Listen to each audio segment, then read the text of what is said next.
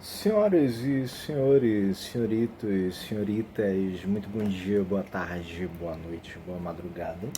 Peraí que eu vou só fazer um negocinho aqui, peraí. Pronto, agora tá me enxergando melhor, fui limpar a tela, tava horrível. Alguém, alguém sujei, não sei quem foi. Essa aula é direcionada para os alunos do oitavo ano do Colégio Alfim Freire, disciplina em Artes. E a gente vai trabalhar essa unidade. A primeira aula né? Primeira aula. A gente vai trabalhar essa unidade com o capítulo 6 a respeito de música instrumental. Tá? Hoje são duas aulas em sequência, tá? E a gente depois só tem mais uma aula antes da prova. Então essa unidade ó, é apertadinha. Mas apertada é mais gostoso. Não, brincadeira, gente. Mais vamos. Então, a palavra grega orquestra com KH. Não, peraí, KH não, com KH. Gente, orquestra, ORKH extra. A palavra grega orquestra designa lugar para dançar. Na Grécia Antiga, dançarinos e cantores se apresentavam no mesmo espaço do palco que os instrumentistas. Esse espaço comum era chamado de orquestra, com KH. Atualmente chamamos de orquestra, não é mais KH, agora é Q. Não, é QU. Orquestra com QU. KH, chamamos de orquestra o conjunto de instrumentos. Meu Deus, esse professor é muito idiota. O conjunto de instrumentos tocados para interpretar música. Muitas vezes as orquestras tocam a chamada música erudita ou clássica. É a mesma coisa, a música erudita, a música clássica, sendo que a gente pode levar em consideração que a música erudita, o nome assim, é oriundo da ideia de religião mesmo. O erudito, aquilo que é dito como erudito, aquilo que é dito como erudito é aquilo que tem relação, que antigamente pelo menos falava que tinha relação com a religiosidade, com música religiosa. Né? Então, o canto erudito, depois a gente vai até falar sobre isso um pouquinho mais pra frente. Não lembro onde, mas a gente vai falar mais pra frente. Então, o erudito era ligado a essa questão da religiosidade, da música religiosa, aquela música que era cantada dentro das igrejas. Tá? Mas hoje em dia a gente trata essa ideia da música erudita com a música clássica. Essa música teve origem nos países europeus e, com o processo de colonização, espalhou-se por todo o mundo. Em geral, ela é criada na forma sonata. Separado, forma sonata. O que é a forma sonata? A música composta em geral de três movimentos: exposição, desenvolvimento e recapitulação, tá? Então, em geral, é composta de três movimentos: exposição, desenvolvimento e recapitulação. A exposição apresenta o tema, o desenvolvimento indica o desdobramento e a recapitulação é a retomada do tema inicial para a finalização. Então, a música clássica ela funciona dessa forma, a construção da melodia da forma sonata, da música clássica, música erudita, funciona desse modo. Pode-se ouvir música erudita em teatros, em salas de concerto, mas no rádio em videogames, não no videogame, né, no jogo, no caso, nos filmes e nos desenhos animados. Um dos instrumentos musicais em uma orquestra é o violino. É o violino.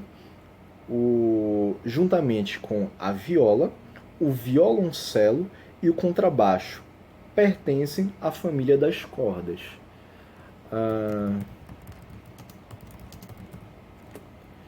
E aí eu vou colocar, sabe o quê?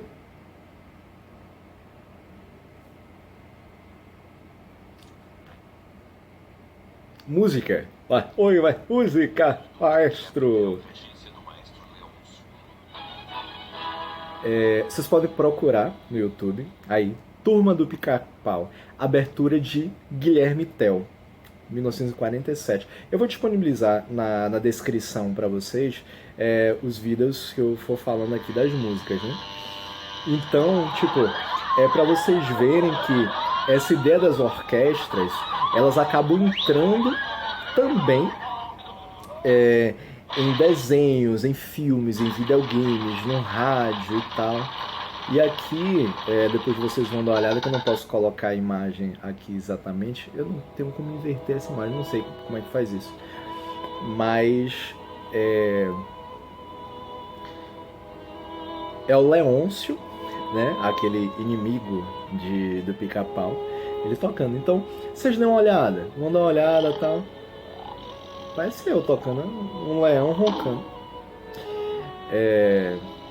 Eu não posso cortar essa imagem para colocar aqui no vídeo. Que é questão de direitos autorais, que o povo já briga comigo de direitos autorais por causa da música. Pior ainda é em relação à imagem. Mas vocês vão ver. Vou disponibilizar para vocês, vocês dêem uma olhada aí. Eu vou acelerar aqui. Tá todo mundo dormindo.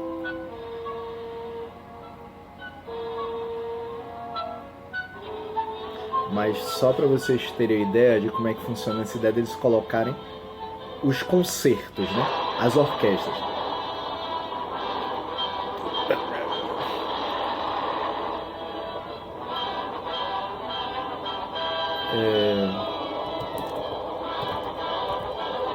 Pelo menos serve para vocês darem bastante risada dessas coisas. É sensacional. É sensacional. Tem algumas orquestras, inclusive, que eles chegam e tocam músicas. Tocam músicas de jogo mesmo. Tipo, vou colocar uma outra aqui.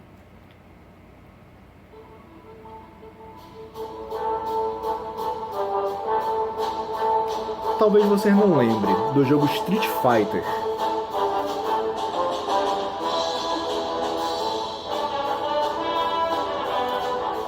Essa é a abertura do jogo, tocada por uma orquestra sinfônica. Né? Tem vários outros. Não vou colocar muito não, mas tem vários outros. Tem do jogo Super Mario, tem do Tetris, tem do Pokémon Switch. Tem uma banda chamada The Game Awards Orchestra. Então é sensacional. Sonic, tocado em uma orquestra. Mas enfim. Então, nos instrumentos fundamentais de uma orquestra, o violino, juntamente com a viola, o violoncelo, o contrabaixo, pertencente à família das cordas. Aqui a gente vai ver, depois eu vou falar sobre a organização, inclusive, da localização desses instrumentos, que existe uma localização específica para cada um ficar, para que não se sobreponha ao som do outro. Tipo, geralmente os instrumentos que têm uma sonoridade mais calma, uma sonoridade um pouco mais baixa, eles ficam mais à frente.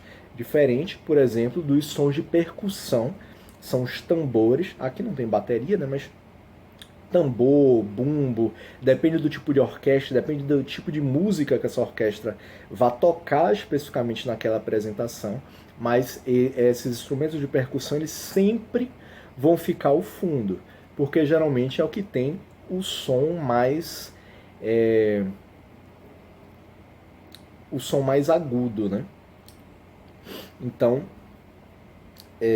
ele vai ficar ao fundo porque é o som que vai ecoar de forma mais forte e pode acabar atrapalhando os demais sons, principalmente os dos instrumentos de corda, são logo os primeiros, né? Os de sopro são intermediários, os de sopro maiores ficam um pouquinho mais para trás, enfim. Wolfgang Amadeus Mozart, Wolfgang Amadeus Mozart foi uma criança prodígio. Por seu talento e criatividade, excursionava pela Europa tocando para a nobreza desde os 6 anos de idade. Imagina, essa criança não tinha uma vida social, né? Então, tipo, com 6 anos de idade ele estava lá, ao invés de estar brincando, comendo, com 6 anos eu estava comendo terra ainda, gente. 6 anos de idade eu caía no chão assim com a cara, começava a chorar de repente na terra, porque eu era uma criança normal. Não, normal não era exatamente, né? Era uma criança bestalhada. Mas, com 6 anos de idade, o miserável lá do Mozart, Wolfgang Amadeus Mozart, estava tocando para a nobreza. Tocando para 6 anos de idade, desgraçado. No século XVIII, compositores europeus passaram a criar formas musicais elaboradas com sinfonias e concertos. Sinfonia designa a música composta para orquestra. A música que é composta para orquestra com Q, é a sinfonia. Já o concerto com C e não com S. Concerto com S é algo que quebra e vocês vão lá e vão ajustar, consertar, colar os caquinhos, tá? Isso é concerto com S.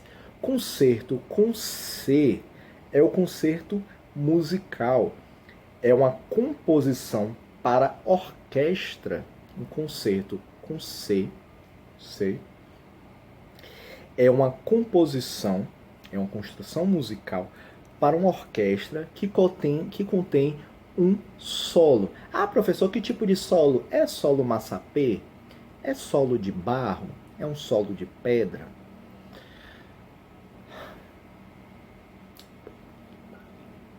Puxa que partiu. Não, solo, nesse caso, é um solo musical, que é parte de uma composição musical a ser executado por um único instrumentista. Ah, você tá lá num show de rock, ou então num show de calypso, e aí de repente chega lá Chimbinha, é porque já acabou calypso, né? Chega lá Chimbinha e toca um solo de guitarra.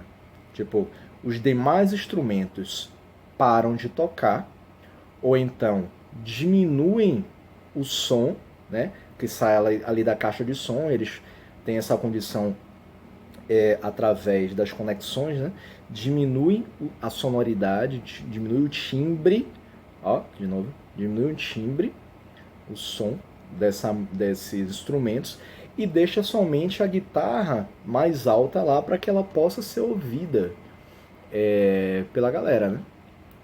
Bota aqui, ó, solo calypso.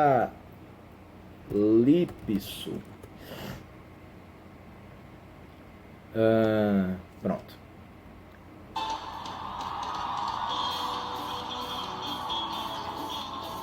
Esse é o solo de calypso. Calypso! Ai, cadê? Aí, ó. Os demais instrumentos continuam tocando no fundo. Só que um pouquinho mais baixo. E aí o que faz?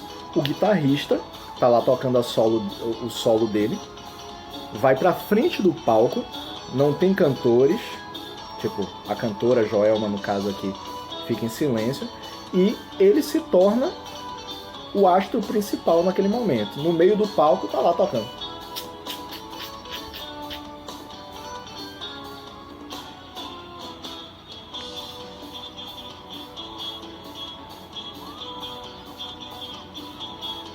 Pronto, parou a palhaçada, né, gente?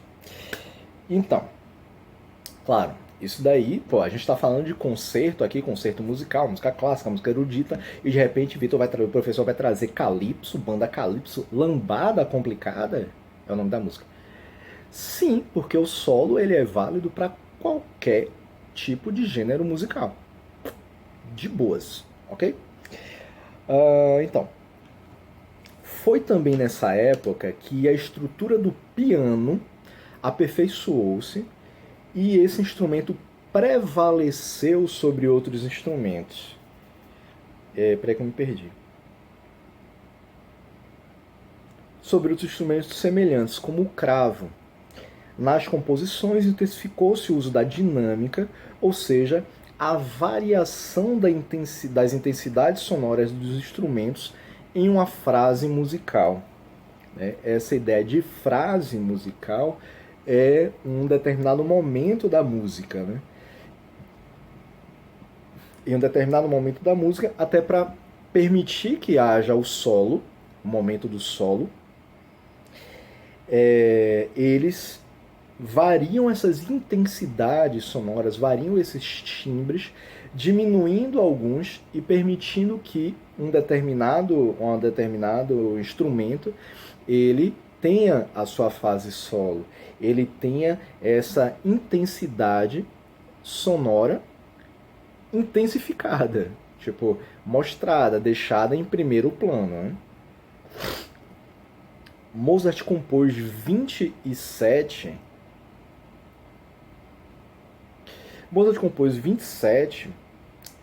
concertos para piano. Concerto com C, viu, gente? C. Não sei para que lado tá a câmera.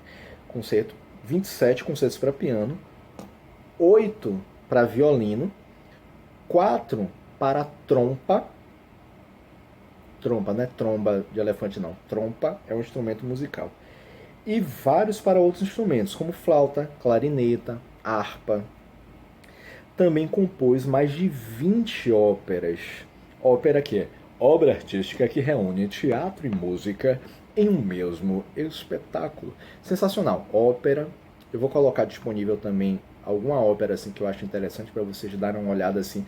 É sensacional. É a mistura do canto, realmente. Tipo, não se utiliza tanto dos instrumentos, pelo menos não no palco. Eles não costumam mostrar os instrumentos. Eles podem ficar...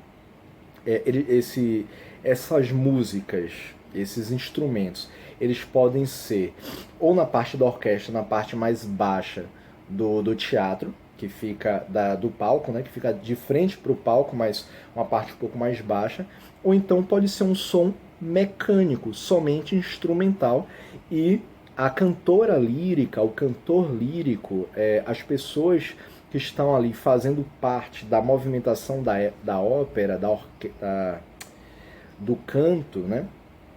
Eles estão atuando ao mesmo tempo que cantam. Tá?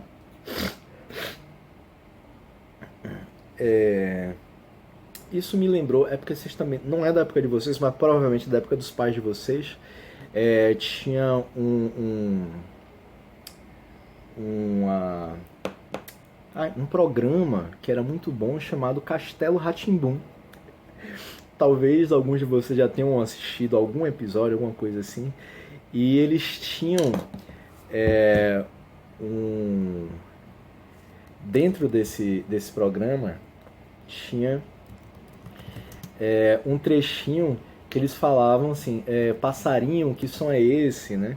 Que eles faziam um negócio bem bacaninha, bem fofinho, que era alguém que tocava um determinado instrumento e duas pessoas cantando, como se fosse uma ópera mesmo. Eu vou colocar só um aqui, ó.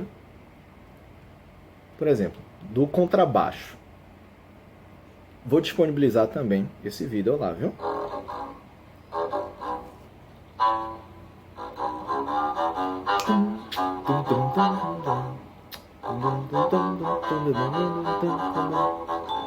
Passarinho,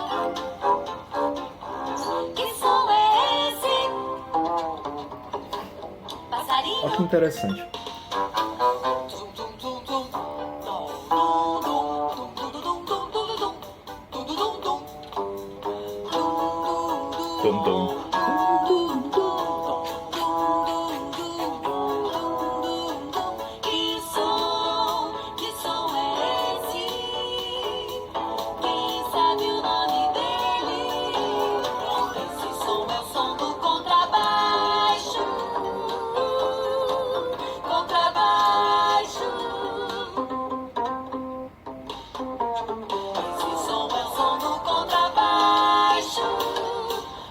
É assim, bom.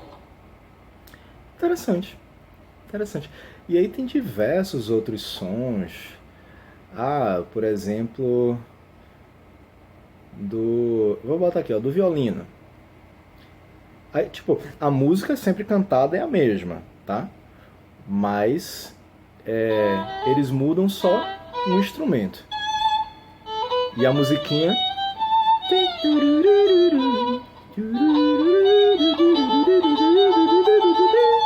Passarinho, E aí pronto, e vai. que som é esse? E o som do violino é muito gostoso, né? Passarinho, Mais um aqui, só pra gente finalizar, porque senão eu vou ficar enchendo o saco de vocês. Essa aula vai ter 496 minutos e não é isso que a gente quer, né? Olha, você lembra o quê?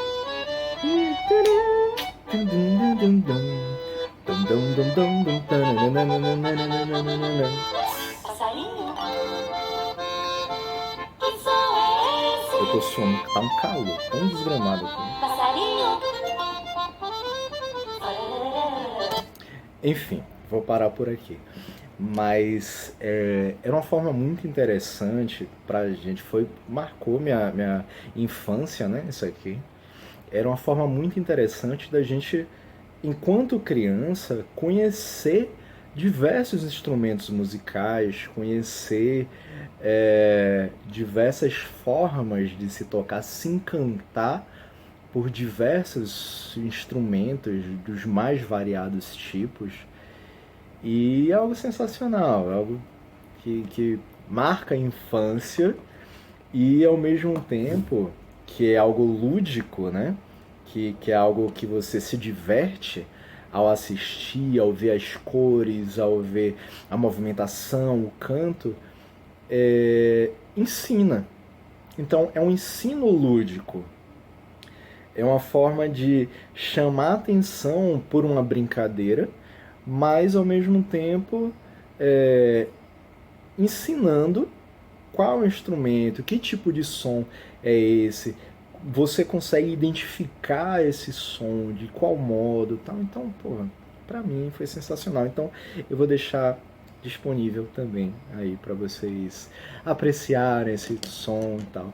É bom vocês que têm irmãos mais novos e tal, primo, estão na mesma casa e tal, e querem brincar com essa questão da sonoridade, pode usar. Tem vários aqui no YouTube. É só você colocar assim, passarinho, que som é esse? Tem um que tem uma sequência aqui, é meia hora, tocando vários instrumentos também, né? São vários episódios assim, em sequência, dentro do mesmo vídeo, que pode servir para vocês fazerem, brincarem com seu primo, seu irmãozinho e tal. E cantar junto, juntando instrumento, fazendo essa brincadeira de identificação do instrumento. Vamos. E aí, que instrumento será esse? Não sei o que, não sei o que. Eu me empolgo. Enfim, eu não tenho filhos, né, gente? Então, vocês são meus filhos. Saudades. Mentira. Então, o polonês Frédéric Chopin, tá aqui escrito Chopin. Chopin, que é negócio que a gente toma assim, opa, garçom, desce mais um Chopin aí. Não, nesse caso se escreve Chopin, mas fala Chopin. Então, polonês Frédéric Chopin compôs peças para piano. O que são peças? Aquele negócio que você encaixa assim, quebra-cabeça, tal, você tem uma peça, não encaixa. Não. Peças são espécies de concertos, com C, tá? Também. Conhecido por suas melodias sentimentais, tinha delicadeza como qualidade musical. Certamente você já ouviu alguma de suas composições no cinema ou na televisão, como por exemplo Grande Valse Brilhante, trilha sonora do desenho animado Tom e Jerry. Pô, que massa. Vamos lá, mais um. Tom e Jerry. Grande Valse. E aí...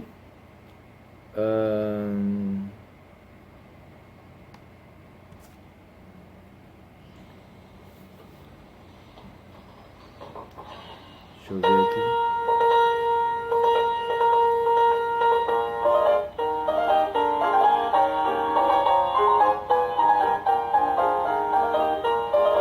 Grande Valse Brilhante em Tom e Jerry, desenho animado. Então a gente acaba tendo acesso. Eu vou parar logo por aqui, mas tipo, a gente começa a ter acesso à música clássica na nossa infância, mas não se dá conta disso. De repente a gente pode estar até, tipo, cantarolando junto. Tipo, vai cantarolando junto essas músicas sem ter noção que se trata de uma música clássica de um cara que viveu lá em 1810 a 1849, lá no início do século XIX. Tá lá uma música clássica, uma música erudita, uma peça para piano e a gente tá lá cantarolando junto. Que bacana isso, né? Identificado com o romantismo, né? Ah, que romântico!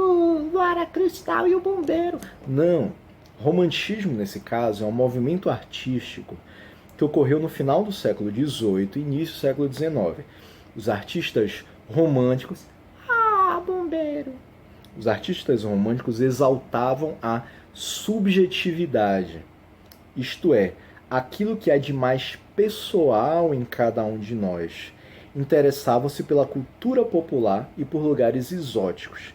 Então, de uma forma bem simplória possível, essa ideia do romantismo acaba sendo por conta da subjetividade. Por quê? As emoções elas são subjetivas.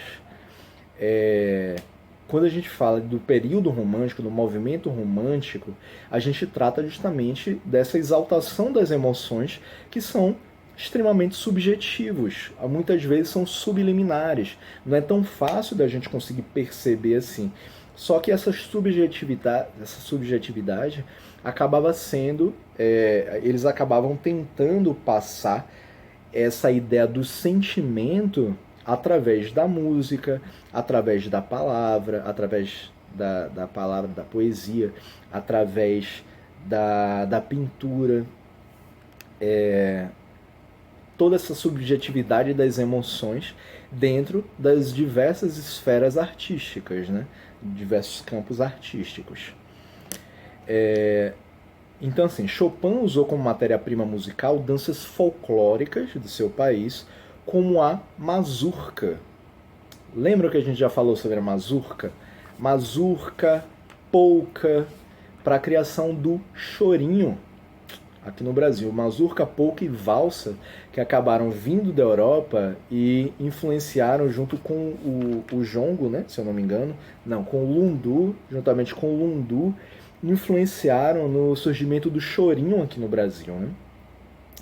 Então, em suas performances, sabia utilizar muito bem os recursos do piano, como os pedais que sustentam ou abafam o som. O piano não é só a parte do teclado, tem a parte de baixo também dos pedais. Assim como a bateria tem os pedais, assim como a guitarra também você pode mudar alguma coisa do som da guitarra através desses pedais, né? O piano também tem os pedais que eles podem sustentar, ou seja, manter o som mais longo ou abafar o som, deixar ele mais curto, pum, pum. A gente consegue fazer isso muito hoje em dia por conta do teclado, por ele ser eletrônico, né? Então, eletrônico, ele tem essas diversas possibilidades. Mas antes, o que fazia isso era o piano, e o piano não é conectado, não era, pelo menos naquela época, não era conectado a mais nada.